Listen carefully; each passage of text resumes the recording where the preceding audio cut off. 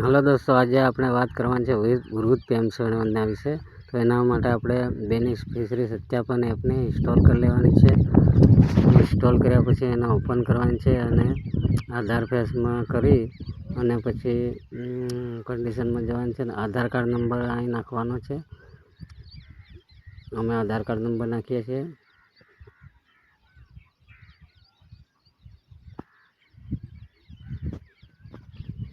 આધાર card number વાળી નીચે mobile number નાખવાનો છે.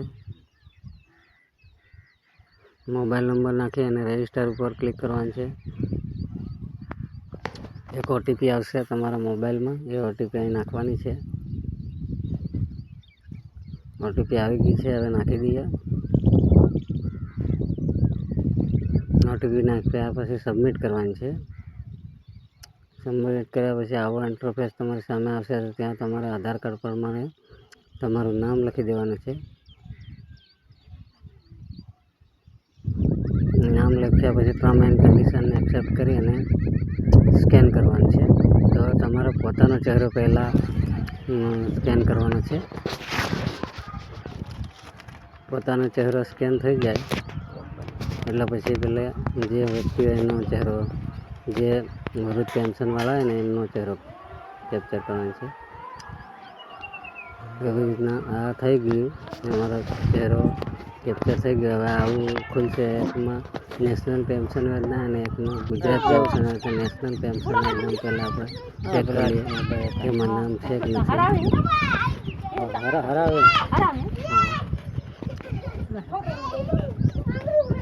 પેન્શન યોજનામાં ચેક કરીએ. ત્રીજા નંબરની નેશનલ પેન્શન યોજના પર ક્લિક કરીને આધાર કાર્ડ નંબર નાખવાનો છે. આ મોબાઈલ કયો હે? મોબાઈલ અમારો સંભાળી ગયા. આપણે મોબાઈલ લાવજો. આધાર કાર્ડ નંબર નાખી અને નીચે મોબાઈલ નંબર નાખવાનો છે. મોબાઈલ નંબર નાખી દઈએ. મોબાઈલ પર એક ઓટીપી આવશે, એ નીચે નાખવાની છે. મોબાઈલ લાવો. કન્ડિશન એક્સેપ્ટ કરીને સબમિટ કરવાનું છે. તો એક ઓટીપી આવશે.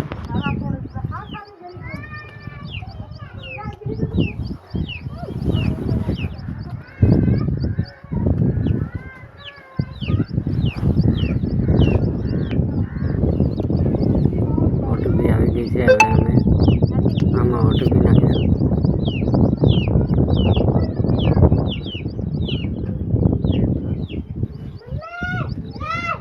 ઓટીપી નાખી અને સ્કેન કરવાની છે. હજી ઓટીપી નથી આવી, હવે આવી ગઈ છે. હવે લખીએ છીએ ઓટીપી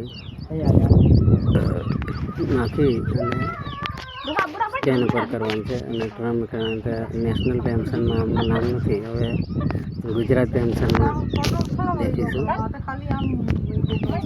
ફરી ખોલીશું. ના ના ના ના થઈ ગયા,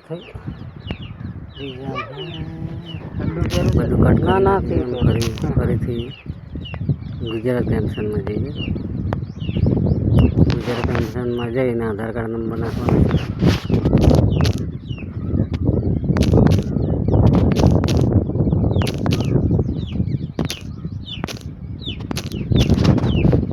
આધાર કાર્ડ નંબર નાખીને મોબાઈલ નંબર નાખવાનો છે. મોબાઈલ નંબર નાખ્યા પછી મોબાઈલમાં એક ઓટીપી આવશે. Term and condition accept submit કરો એટલે ઓટીપી આવશે. ઓટીપી આવે એટલે આમાં નાખી દેવાની છે.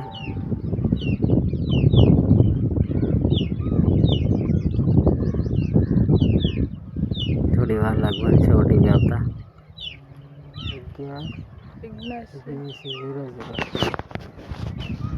ઓટીપી આવી ગઈ છે. હવે અમે ઓટીપી નાખીશું અને આવું આવશે એટલે તમારું કેવાયસી થઈ જશે. તો ટર્મ એન્ડ કન્ડિશન કરીને સબમિટ કરવાની છે. સબમિટ કરતાની સાથે કેમેરો ચાલુ થઈ જશે અને આધાર ફેસ કેવાયસી થશે.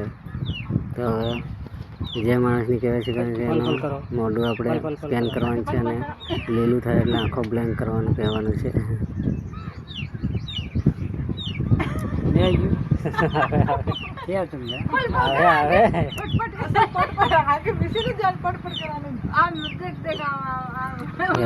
ફરી આંખો સ્કેન કરીશું. આખો સ્કેન કરી અને લીલું થાય એટલે આખો બ્લિંક કરવાનું છે, એટલે ચહેરો આવી જશે. ચહેરો આવી ગયો. હવે આવું એક પોપઅપ ખુલશે, તેમાં કઈ કેવાયસી ચેન્જ શું છે બધું જ બતાવશે. તેને ઓકે કરી દેવાનું છે. આવી રીતના નેશનલ પેન્શન યોજના અને બે પેન્શન યોજનાનું કેવાયસી કરવાનું છે.